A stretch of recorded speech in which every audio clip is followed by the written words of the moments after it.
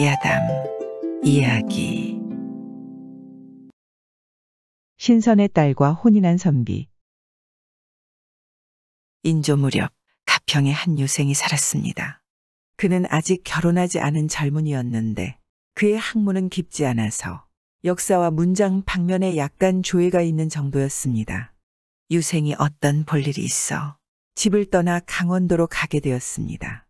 하인을 데리고 말을 타고 가던 중 어느 산에 이르렀는데 갑자기 비를 만나 흠뻑 젖었습니다. 게다가 느닷없이 하인이 덜컥 죽어버렸습니다. 유생은 놀라고 당황하여 시신을 산모퉁이에 끌어다 두고 울먹이며 다시 가던 길을 계속 갔습니다. 그런데 얼마 가지 못해서 이번에는 그가 타고 온 말이 갑자기 쓰러지더니 죽어버리는 것이었습니다.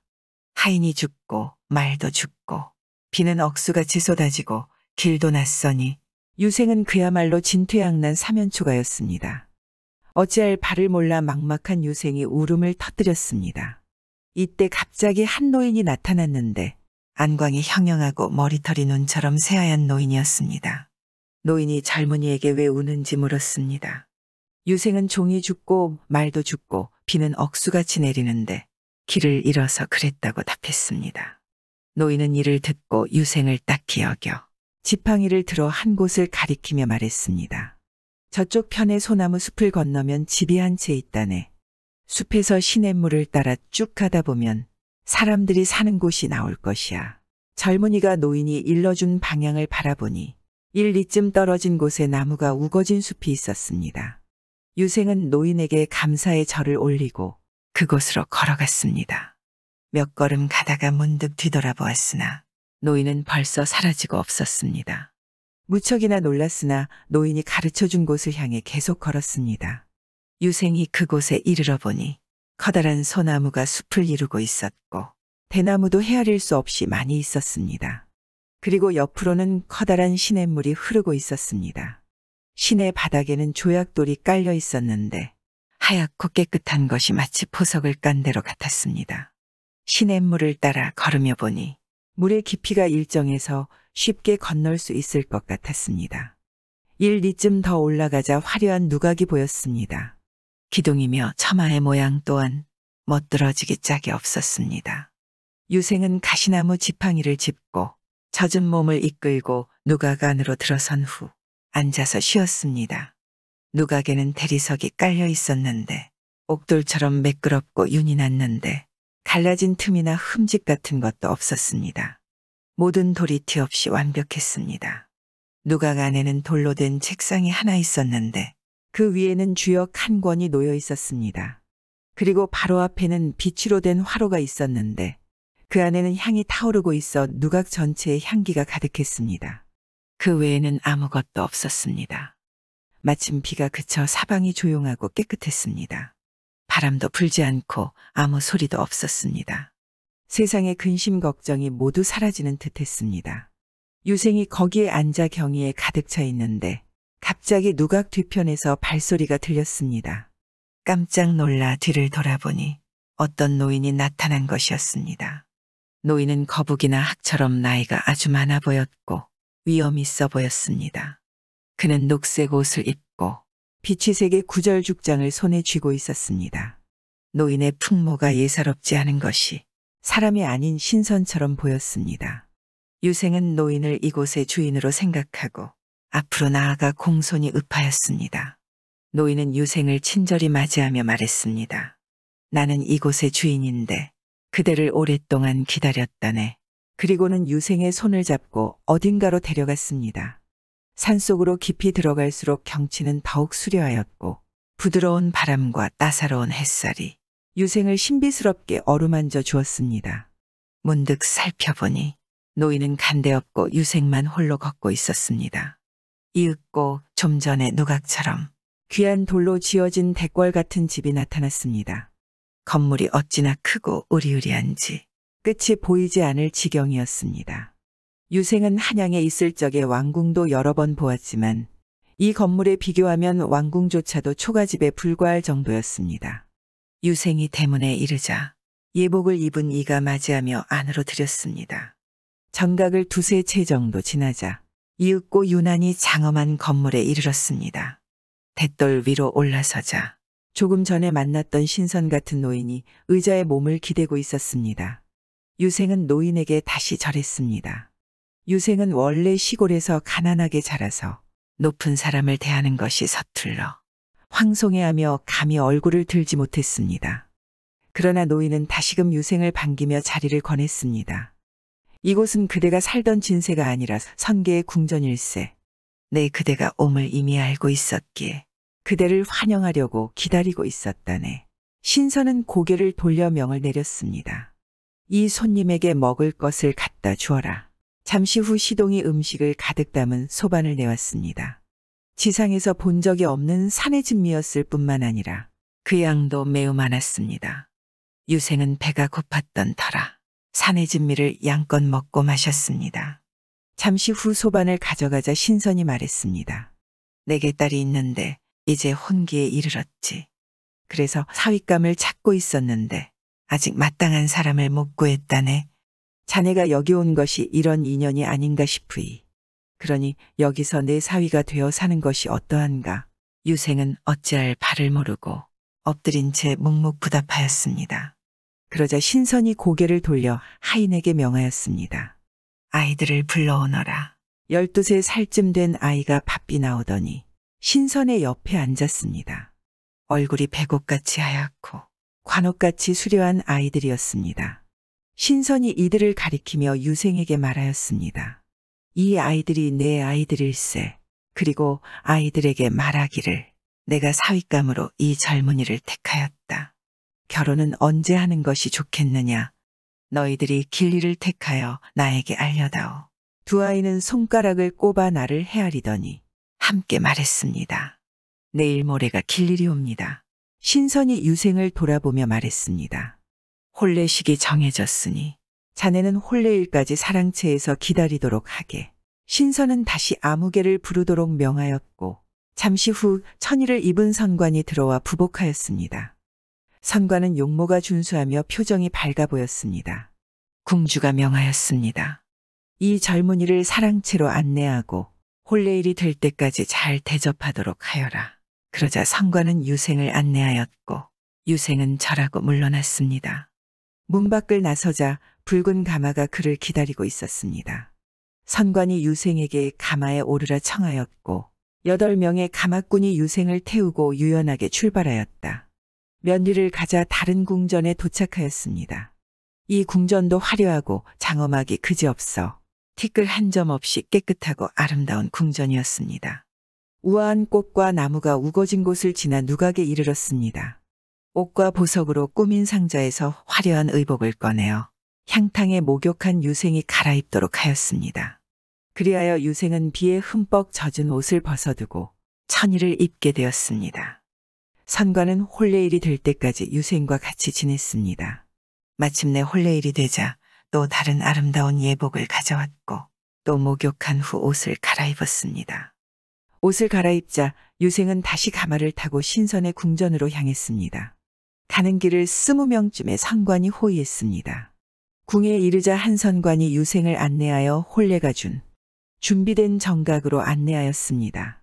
거기에서 유생은 혼례 준비를 하고 절을 하였으며 이를 마친 후 다시 안으로 안내되었습니다. 정각 안은 비취종 소리와 달콤한 향기로 가득하였습니다. 이리하여 유생은 안채로 들어가게 되었습니다. 안에는 아름다운 여인들이 기다리고 있었는데 모두 화려하게 차려입은 것이 선녀 같았습니다. 유생은 이들 중에 신선의 딸이 있을 것으로 생각했습니다. 잠시 후 다른 이의 보조를 받으며 신부가 들어왔는데 화려한 장신구와 아름다운 옷을 입은 신부의 화사함이 궁전을 환히 밝혔습니다. 유생이 신부 앞에 섰으나 옥부채에 가려 신부의 얼굴은 볼 수 없었습니다. 그러다가 마침내 신부의 얼굴을 보게 되었는데 너무나도 아름다워 눈앞이 아찔할 지경이었습니다. 신부에 비교하면 다른 여인들은 봉황 옆에 까치에 불과했습니다. 신랑은 당황하여 얼굴도 들지 못했습니다. 그러자 옆에서 사람이 도와주어 절하는 것이나 다른 혼례 절차를 진행할 수 있었습니다. 혼례식은 인간 세상의 것과 크게 다르지 않았습니다. 마침내 혼례식을 마치고 유생은 신랑의 방으로 되돌아갔는데 수놓은 장막과 금을 입힌 병풍, 비단옷과 보석 칼개 등이 인간 세상에서 본 적 없을 정도로 화려하였습니다. 그 다음 날 장모가 유생을 불러서 뵈러 갔습니다. 장모는 30살 정도로 보였는데 그 용모는 갓 피어난 연꽃과 같았습니다. 이어서 큰 잔치가 열렸는데 많은 손님이 초대되었습니다. 잔치에 연주된 풍악은 여태껏 인간 세상에서 꿈도 꾸지 못할 정도로 감미로웠습니다. 식사를 마치자 여인들이 나와서 치맛단을 살포시 들고 소매자락을 나풀거리며 춤을 추며 아름다운 노래를 불렀습니다. 지나가던 구름도 잠시 멈추어 들을 정도로 아름다운 노래였습니다. 날이 저물어 모두가 배불리 먹고 취한 연회야 연회가 끝이 났습니다. 시골의 초가에서 자란 유생이 갑자기 신선의 수장을 만나 영광을 누리고 인생의 반려를 만나게 된 것이었습니다. 그래서 그는 어안이 벙벙하고 별의별 생각이 다 들었습니다. 두렵기도 하고 의심스럽기도 하여 어찌할 바를 몰랐습니다. 그러던 유생도 어느덧 선계의 즐거움을 누리는 것에 익숙해졌고 이루 말할 수 없는 기쁨을 누리면서 1년 남짓 보냈습니다.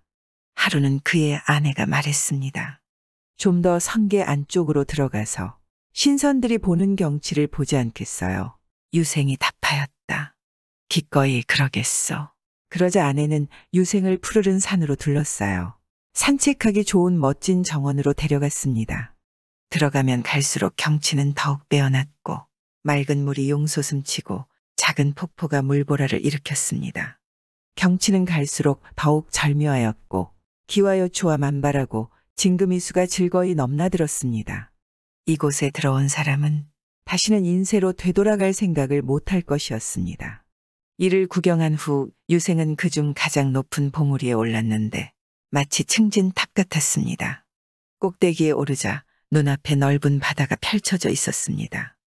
바다엔 섬들이 파도 위로 넘실거리고 낙원이 넓게 펼쳐져 있었습니다. 아내가 유생을 위하여 하나하나 가리키며 보여주었습니다. 그것들은 황금 궁전으로 가득하고 상서로운 빛으로 둘러싸여 있었습니다. 그곳에는 흥에 겨운 사람들이 몰려 있어 어떤 이는 학을 타고 어떤 이는 봉황을, 어떤 이는 기린을, 어떤 이는 구름에 앉아 있고 어떤 이는 그냥 허공을 걷기도 하고 어떤 이는 파도 위를 부드럽게 활주하기도 하고 어떤 이는 위에서 내려오고 어떤 이는 올라가기도 하고 어떤 이는 서쪽으로 어떤 이는 남쪽으로 어떤 이는 무리 지어 모여 있었습니다. 어디선가 은은한 퉁소와 검은고 소리도 들려왔습니다. 너무 진귀한 구경거리가 많아서 이루 다 열거하지도 못할 정도였습니다. 그들은 날이 저물자 돌아왔습니다. 이렇게 즐겁게 지내며 어느덧 2년의 세월이 지났고 유생과 아내는 두 아들을 낳았습니다. 세월은 계속 흘러갔는데 어느 날 유생이 아내와 앉아 있다가 문득 눈물을 흘리며 울기 시작했습니다. 아내가 놀라서 그 이유를 묻자 유생이 답했습니다. 나처럼 가난하게 살던 시골뜨기가 어떻게 신선의 사위가 되어 이러한 삶을 누리는지 생각하고 있었어. 그러나 내 옛집에 홀로 계신 노모를 뵙지 못한 지가 벌써 몇 년이 지났으니 뵙고 싶은 마음에 눈물이 앞을 가리는구려. 아내는 웃으며 말했습니다. 어머님을 뵙고 싶으세요? 그럼 울지 말고 당장 뵈러 가세요. 그리고는 아버지에게 남편이 어머님을 뵙고자 한다고 말씀드렸습니다. 그러자 신선은 유생을 불러 어머님을 찾아뵙도록 허락했습니다. 유생은 당연히 장인이 많은 하인을 불러 수행하게 명할 것으로 생각했으나 그렇지 않았습니다. 유생의 아내가 작은 짐을 챙겨준 것이 다였습니다. 그래서 유생은 장인에게 작별 인사를 올리는데 장인이 말했습니다. 돌아가서 자네 어머니를 뵙도록 하게. 내 머지않아 자네를 다시 부름세. 장인은 유생에게 하인 하나를 붙여주었고 유생이 대문 밖으로 나오니 비쩍 마른 말이 누더기 같은 안장을 걸치고 있었습니다. 유생이 자세히 보니 말과 하인은 갑자기 비를 만난 날 죽은 그 말과 하인이었습니다. 유생이 깜짝 놀라 물었습니다. 내가 어찌 여기로 온 것이냐. 하인이 대답하기를 도련님을 모시고 가던 도중에 어떤 사람이 저를 잡아채더니 여기로 데려왔습죠. 왜 그런 건지는 모르겠습니다만 제가 여기 온 지도 오래되었습니다. 유생은 대경실색하여 짐을 꼭 묶은 다음 여행길에 올랐습니다. 하인이 뒤를 따랐는데 길을 떠난 지 얼마 되지 않아 성계의 풍경이 금세 인간 세상의 풍경으로 변했습니다. 안개 낀 산에 가시덤불이 우거져 있고 길 옆은 벼랑이었습니다. 유생은 뒤돌아서 성계가 있던 곳을 바라보았습니다. 꿈이었던 듯 아무런 흔적도 없었습니다. 유생은 상실감에 문득 눈물을 흘렸습니다. 성계의 하인이 유생이 우는 것을 보고 말했습니다. 도련님은 성계에 몇 년간 머무셨지만 속세의 칠정을 끊지 못하여 신선이 못 되셨군요. 만약 이러한 칠정을 끊으셨다면 눈물을 흘리실 일이 없을 것입니다. 이를 들은 유생이 울음을 그치고 눈물을 닦으며 양해를 구했습니다. 길을 나선 후 몇 리 정도를 지나자 대로변에 이르렀습니다. 하인이 유생에게 말했습니다. 여기서부터는 도련님도 길을 아실 테니 소인은 이만 돌아갈까 합니다. 그리하여 길을 계속 간 유생은 이윽고 집에 이르렀습니다. 유생이 집에 가보니 무당을 불러다 굿판이 한창 벌어지고 있었는데 무당이 기도문을 읊조리고 있었습니다. 가족들은 유생을 보고 놀라 귀신이 나타났다고 난리였습니다. 그러나 잠시 후 그들은 유생이 산 사람이라는 것을 깨달았고 유생의 어머니가 왜 그동안 집에 오지 않았는지 물었습니다. 유생은 어머니가 매우 무서운 사람이라서 감히 사실대로 말씀을 못 드리고 이야기를 지어내어 대답했습니다. 마침 유생이 돌아온 날이 유생의 기일이었습니다. 그래서 무당을 불러 굿판을 벌인 것이었습니다. 유생이 아내가 챙겨준 보따리를 열어보니 안에는 4벌의 옷이 있었는데 계절별로 한 벌씩 있었습니다. 집에 돌아온 후 1년이 지나자 유생의 어머니가 유생이 혼자인 것이 안쓰러워 마을 선비의 딸 하나를 신부감으로 데려왔습니다. 유생은 원래 유약한 성격이고 어머니의 뜻을 거스르기가 두려워 거절하지 못하고 그 여자를 아내로 맞아들였습니다. 그러나 부부간의 즐거움은 없었고 둘은 서로 사이가 좋지 못했습니다. 유생에게는 어린 시절부터 친하게 지낸 중마고우가 있었습니다.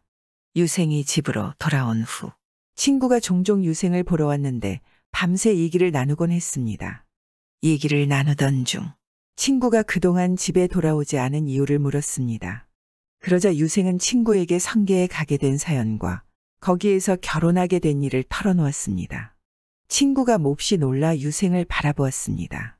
그러나 유생은 친구가 기억하던 모습과 별반 차이가 없었습니다. 다만 옷이 차이가 났습니다. 친구가 옷을 살펴보니 매우 이상한 재료인데 무명도 아니고 비단이나 솜도 아닌 것이 따뜻하고 편안하기 그지없었습니다. 그리고 봄엔 봄옷 한 벌, 여름엔 여름옷 한 벌, 가을과 겨울도 한 벌씩으로 충분했는데 그 옷들은 한 번도 빤 적이 없어도 더러워지지 않았고 해지거나 닳지도 않았으며 늘 새 것처럼 보였습니다. 친구가 이를 보고 매우 놀랐습니다. 이렇게 3년이 지난 어느 날 신선이 보낸 하인이 유생의 2아이를 데리고 유생의 집을 찾아왔습니다.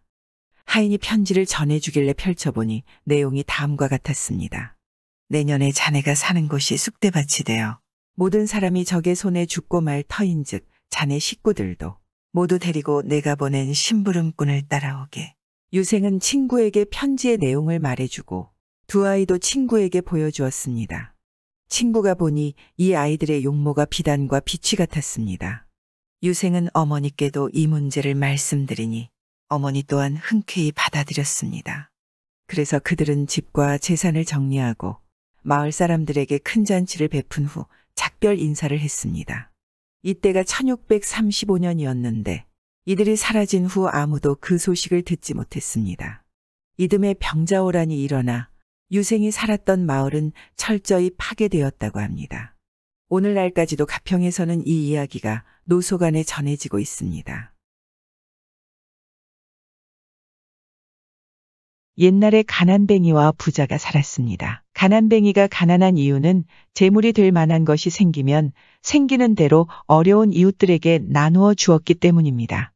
쌀이 생기면 양식 없는 사람에게 주고 돈이 생기면 없는 사람에게 주고 이러니 돈을 모을 수가 없었습니다.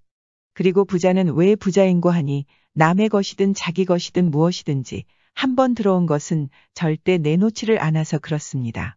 이웃집에서 빌린 연장도 안 내놓고 꾸어 쓴 돈도 갚지를 않았으며 심지어 남의 집 닭도 모이를 찾다가 그 부자 집으로 들어갔다 하면 다시는 나올 수 없었습니다. 제 집에 들어온 건 다 제 것이라고 우기고 보내질 않았습니다. 그래서 동네에서도 부자 집의 평이 좋지 않았습니다. 하루는 가난뱅이가 밭일을 마치고 집으로 돌아오는데 부잣집에서 생선 굽는 냄새가 술술 풍기고 있었습니다. 그 냄새가 어찌나 구수하던지 저절로 침이 꼴깍 넘어갈 정도였습니다. 가난뱅이 농부는 그 냄새 한번 구수하군. 부잣집에서 생선을 굽나 보네 라며 말하였습니다. 가난뱅이 집에 마침 양식이 모자라서 며칠 동안 끼니를 있느니 마느니 했더니 배가 몹시 고픈데 구수한 냄새가 코를 찌르니 배가 더 고팠습니다. 집에 들어가면 또 멀건죽으로 저녁을 때워야 할 텐데 반찬인들 먹다 남은 된장밖에 더 있을라고 라며 혼잣말로 중얼거렸습니다. 이렇게 생각하니 생선 굽는 냄새가 더 입맛을 당기는 거였습니다. 가난뱅이는 부잣집 담벼락에 몸을 붙이고 서서 생선 굽는 냄새를 흠뻑 맡았습니다. 그런데 그때 마침 부자가 저녁 먹기 전에 바람이나 쐬려고 어슬렁 대문 밖으로 나왔습니다. 나와서 여기저기 집 주변을 둘러보고 있는데 옆집 가난뱅이가 담벼락에 기대서서 눈을 지그시 감고 서 있길래 부자는 왜 남의 담벼락에 서 있지 생각하고 다가섰는데 이 가난뱅이 농부가 생선 굽는 냄새를 맡고 있는 것을 봤습니다. 저 사람이 우리 집에서 나오는 냄새를 맡고 있잖아. 아무리 냄새지만 우리 집 생선 굽는 냄새인데 그걸 공짜로 맡고 있다니. 부자가 다짜고짜 가난뱅이를 잡고 흔들며 소리를 쳤습니다. 이 사람아, 남의 집에서 나오는 냄새를 돈도 안 내고 공짜로 맡는 법이 어디 있나. 한창 구수한 냄새에 취해 있던 가난뱅이가 깜짝 놀라서 그만 눈이 둥그레졌습니다. 아니, 냄새 맡는데도 값을 치러야 한단 말이오. 그러니 부자는 더 기세가 등등해져서 고래고래 악을 쓰며 세상에 공짜가 어디 있나. 저 생선으로 말할 것 같으면 내가 장에 가서 열량 주고 사온 것인데 자네가 냄새를 맡아도 반은 맡았을 터이니 반값이라도 쳐줘야지. 어서 단 양을 내게. 가난뱅이가 듣고 보니 기가 막혀도 너무 기가 막혀 웃음밖에 안 나오는 거였습니다. 내가 이날 이때까지 살아도 냄새 맡은 값 달라는 경우는 처음 보았어. 그게 말이 되오 라고 말하니 부자는 그럼 관내로 가서 결정을 보자꾸나 라고 말하는 거였습니다. 가난뱅이는 부자가 왜 관내로 가자고 하는지를 알고 있었습니다. 관내에 있는 원님이 바로 이 사람 형님이었던 것입니다. 그래서 가봤자 귀찮아지게 뻔했습니다. 그래서 어쩔 수 없이 부자에게 말하였습니다. 값을 쳐달라니 줘야지요. 지금은 돈을 가지고 있지 않으니 내일까지 한 양을 갖다 드리리다.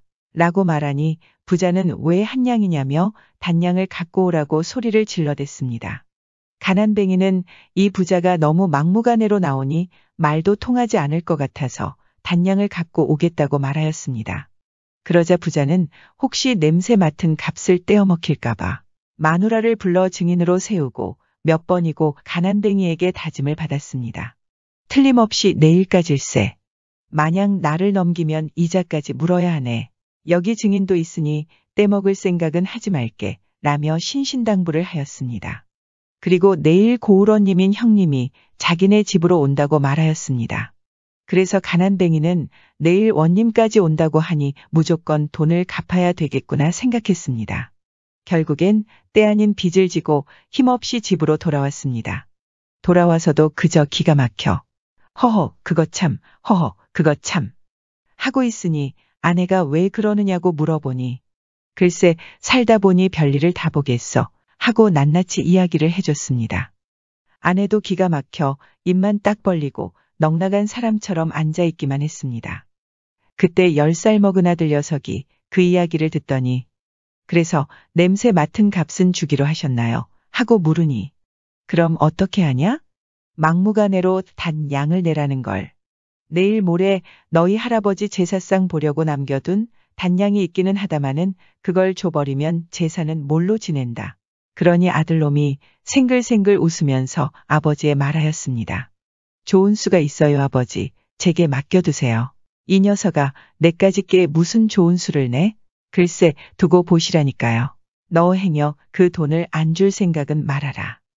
내일 부자지평님인 고을 원님도 온다고 하더구나. 그리고 사람이 한번 약속을 했으면 지켜야 한다. 걱정 마세요. 약속은 약속대로 지키고 할아버지 제사는 제사대로 탈 없이 지내는 수가 있어요. 허허, 그놈 참. 이튿날 날이 밝자마자 아들놈이 돈 단량을 가지고 부잣집으로 가는데 무슨 일인지 갈 때 마을 사람들을 여러 불러서 함께 갔습니다. 그리고 부잣집 대문 앞에 서서 여기 냄새 맡은 값 가지고 왔습니다. 라고 큰 소리로 외치니 부자랑 부자 형님인 원님이 나왔습니다. 그런데 아들놈은 돈을 주지는 않고 엽전 주머니를 아래 위로 살랑살랑 흔드는 거였습니다. 그러니 엽전 소리가 짤강짤강하고 소리가 났습니다. 한참 동안 그렇게 흔들고 나서 부자에게 말하기를 돈 소리 잘 들으셨지요? 이제 갑니다. 하고 아들이 말하니 부자가 화를 버럭 내며 소리를 지르는 거였습니다. 이놈 돈을 가지고 왔으면 냉큼 내놓지 않고 그게 무슨 짓이냐. 그러니까 아들이 생글생글 웃으며 하는 말이 우리 아버지가 맛을 보기는커녕 구경도 못하고 냄새만 맡은 생선값이니 그 값도 소리로만 쳐드리는 게 제격이 아니겠습니까? 라고 큰 소리로 말하였습니다. 듣고 보니 그럴듯한 말이었습니다. 따라온 사람들이 여기저기 소리치며 말했습니다. 그래, 그 말이 옳다. 당연히 말도 안 되는 소리지. 그럼 주막도 지나가면 돈 내고 지나가야 하나 라며 사람들이 말하니 부자 형님인 원님이 그제서야 무슨 일인지 알아채고 동생인 부자를 쳐다보며 크게 화를 내며 소리쳤습니다. 네가 우리 집 가문에 먹칠을 해도 유분수가 있지 이런 말도 안 되는 일로 나를 오라고 하였던 것이냐. 내 너랑 연을 끊어야 되겠구나. 앞으로 절대 찾아오지 말거라. 라며 원님은 돌아갔습니다. 이에 부자는 아무 말도 못하고 땅만 쳐다보고 있었습니다.